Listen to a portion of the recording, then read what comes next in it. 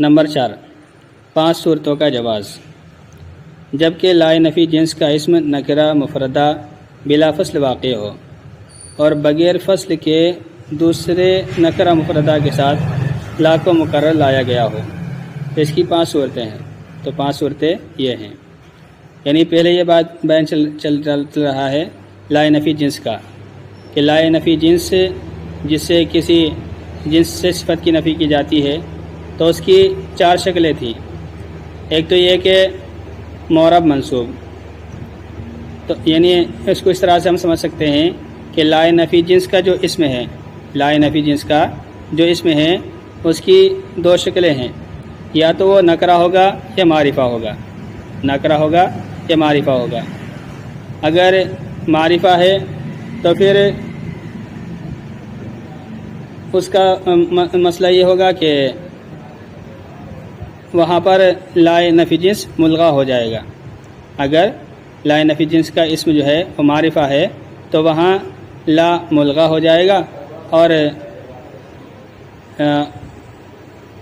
وہ اسم جو ہے مبتدا بنے گا، وہ اسم مبتدا بنے گا۔ اور اس کے ساتھ میں اگر کوئی دوسرا اسم بھی آ رہا ہے تو اس کے ساتھ میں لا کو لانا ضروری ہوگا۔ تو یہ تھا کہ لائے نفی جنس کا اسم معرفہ ہو، اگر معرفہ ہو تو لائے نفی جنس ملغا بن جائے گا، اور یعنی لغو ہو جائے گا، اس کا کوئی عمل نہیں رہے گا، اور یہ جو اسم تھا وہ حقیقت میں مبتدا بن جائے گا اور مبتدا کی وجہ سے مرفوع ہوگا۔ اور اگر لائے نفی جنس کا جو اسم ہے وہ نکرہ ہے تو اس کی 2 شکلیں ہیں، یا تو وہ مضاف یا مشابہ مضاف ہوگا یا مضاف یا مشابہ مضاف نہیں ہوگا۔ اگر مضاف یا مشابہ مضاف ہے تو معرب منصوب ہوگا، یعنی اس کے اوپر نصب آئے گا، فتح آئے گا، اور معرب ہوگا یعنی تنوین بھی اس کے اوپر آ جائے گی۔ اور اگر مشابہ مضاف نہ ہو اور نہ ہی مضاف ہو تو ایسی صورت میں وہ مبنی بر فتح ہوگا، یعنی نصب تو اس کے اوپر بھی آئے گا لیکن وہ مبنی ہونے کی وجہ سے صرف ایک ہی زبر اس کے اوپر آئے گا، 2 زبر نہیں آ سکتے ہیں۔ تو اب تک تو یہ ہوا۔ اب چوتھا یہ ہے کہ لائے نفی جنس کا اسم نکرہ ہو، نکرہ مفردہ ہو اور بلا فصل واقع ہو، نکرہ مفردہ بلا فصل واقع ہو اور بغیر فصل کے دوسرے نکرے کے ساتھ، دوسرے نکرے مفردہ کے ساتھ لا کو مقرر لایا گیا ہو۔ تو مطلب یہ ہے کہ پہلے تو جو گزری ہے تیسری قسم، اس میں یہ تھا کہ لائے نفی جنس اور اس کے اسم کے درمیان فاصلہ ہوتا ہے، لائے نفی جنس اور اس کے اسم کے درمیان فاصلہ تھا، اور دوسرا اسم بعد میں آ رہا تھا، تو اس کا حکم تو معرب مرفوع تھا، جیسے لا فی الداری رجل ولا امراتن، تو یہاں لا فی الداری رجل، لا رجل کے بیچ میں فی الدار آ گیا تھا تو اس کا اعراب بدل گیا تھا۔ اب یہاں مسئلہ یہ ہے کہ لائے نفی جنس کے بعد فوراً اس کا اسم آئے اور اس کے بعد دوسرا لائے نفی جنس آئے اور اس کے بعد دوسرا اسم اس کا آ جائے، تو ایسی صورت میں اعراب کیا ہوگا؟ یعنی لائے نفی جنس کا اسم نکرہ ہو، پہلی بات تو معرفہ نہ ہو، نکرہ ہو، مفردہ ہو یعنی نہ تو مضاف ہو نہ ہی مشابہ مضاف ہو، بلا فصل واقع ہو یعنی لائے نفی جنس کے بعد اسم فوراً آ جائے، بیچ میں کسی چیز کا داخلہ نہیں ہونا چاہیے۔ تو ایک تو یہ ہوا۔ اسی طرح سے دوسرا اسم بغیر فصل کے دوسرے نکرہ مفردہ کے ساتھ لا کو مقرر لایا گیا ہو، کوئی بیچ میں فاصلہ نہ آیا ہو بلکہ دوبارہ سے ایک دوسرا اسم لایا گیا ہو جس کے لیے الگ سے لائے نفی جنس کو مقرر لایا گیا ہو، تو اس کی 5 صورتیں ہوں گی، یعنی 5 اعراب اس کے جائز ہیں۔ نمبر 1، دونوں کا فتح، دونوں کا فتح، جیسے لا حول ولا قوت الا باللہ، اس صورت میں دونوں جگہ لائے نفی جنس کا اسم ہوگا، یعنی اللہ کے سوا کوئی طاقت اور قوت نہیں ہے، تو یہ جو ہے اس صورت میں لا حول ولا قوت الا باللہ، اس صورت میں دونوں جگہ لائے نفی جنس کا اسم ہوگا۔ اور یہ پیچھے گزر چکا ہے کہ جب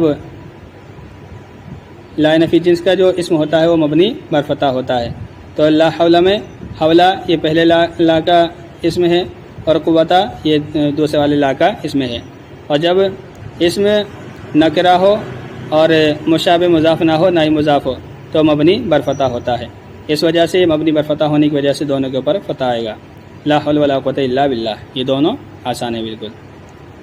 تو دونوں کا فتح ہوگا جسے لا حول ولا قوت الا باللہ عام طور پر یہ بولا بھی جاتا ہے. تو اس صورت میں دونوں جگہ لا نفی جنس کا اسم ہوگا. لا نفی جنس کا اسم مبنی پر فتح ہوتا ہے تو اس وجہ سے یہ پر مبنی پر فتح ہوں گے. نمبر 2 دونوں کا رفع جیسے لا حول ولا قوت الا باللہ. تو یہ شکل بھی جائز ہے لا حول ولا قوت الا باللہ. اس وقت پہلا لا ملغا اور دوسرا برائے تاکید نفی زائد ہوگا. لا نفی جنس کے بعد آنے والے دونوں اسم ابتدا کی وجہ سے مرفوع ہوں گے. پیچھے جو تیسری قسم آئی تھی اس میں یہ تھا کہ لا نفی جنس کے بعد اسم معرفہ ہو یا نکرہ ہو. معرفہ ہو یا نکرہ ہو. تو نکرہ اگر ہے تو اس کے اور لا نفی جنس کے درمیان کسی اسم کا فاصلہ لایا گیا ہو.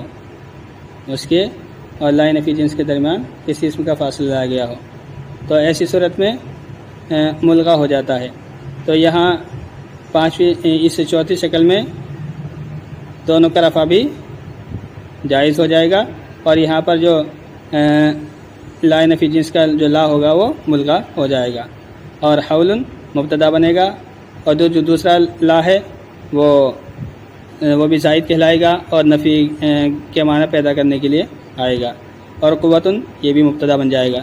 تو گویا کہ حول اور قوتن دونوں معطوف علیہ سے مل کر کے مبتدا بن جائیں گی. الا باللہ اس کی خبر بن جائے گی. تو مبتدا ہونے کی وجہ سے دونوں مرفوع ہوں گے. تو دونوں کا رفع جیسے لا حول ولا قوت الا باللہ تو اس وقت پہلا لا ملغا اور دوسرا برائے تاکید نفی زائد ہوگا. یعنی پہلا بھی ملغا ہوگا دوسرا بھی ملغا ہوگا اور اعراب کے اعتبار سے دونوں بیکار ہو جائیں گے. لا نفی جنس کے بعد آنے والے دونوں اسم ابتدا کی وجہ سے مرفوع ہوں گے. نمبر 3 پہلے کا فتح دوسرے کا رفع. پہلے کو فتح ملے اور دوسرے کو رفع ملے. اور جیسے لا حول ولا قوت الا باللہ. لا حول ولا قوت الا باللہ. اس صورت میں پہلا لا نفی جنس کا اسم ہوگا جیسا کہ آیا ہے کہ اگر نکرہ ہو اور مفردہ ہو تو مبنی پر فتح ہوتا ہے. تو یہ مبنی پر فتح ہونے کی وجہ سے اس صورت میں لا نفی جنس کا اسم ہوگا. اور دوسرا پہلے کے محل پر عطف ہوگا. یہ اس کو سمجھیں. دیکھیں یہ جو ہے لا حول اصل میں جو حول ہے یہ مبتدا ہے. اصل میں جو حول ہے وہ مبتدا ہے اور مبتدا مرفوع ہوتا ہے. تو محل کے اعتبار سے حول یہ مبتدا مرفوع ہے. تو جب اس کا عطف ہم قوتن کا حول پر کریں گے جو کہ یعنی حول کے محل پر کریں گے.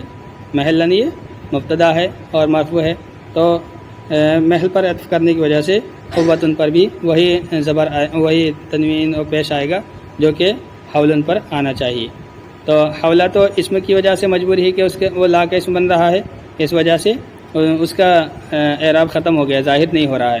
لیکن چونکہ قوتن حول پر عطف ہے یعنی محل اس کے محل پر عطف ہے تو اس وجہ سے قوتن کے اوپر تنوین آ گئی ہے.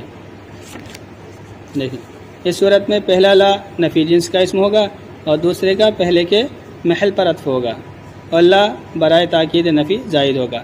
جو دوسرا لا ہے تو اس لا کو تاکید کے لیے مانیں گے کہ نفی میں اضافہ کرنے کے لیے لایا گیا ہے. نمبر 4 پہلے کا فتح دوسرے کا نصب. جیسے لا حول ولا قوت الا باللہ. اس صورت میں پہلا لا نفی جنس کا اسم ہوگا اور دوسرے کا پہلے کے لفظ پر عطف ہوگا اور لا برائے تاکید نفی زائد ہوگا. دیکھیں تو یہ چوتھی شکل ہے پہلے کا فتح دوسرے کا نصب. فتح تو زبر کو کہا جاتا ہے اور نصب کا مطلب ہوتا ہے مفعول بننا یا حالت نصبی میں آنا. منصوب کا مطلب ہوتا ہے حالت نصبی میں آنا.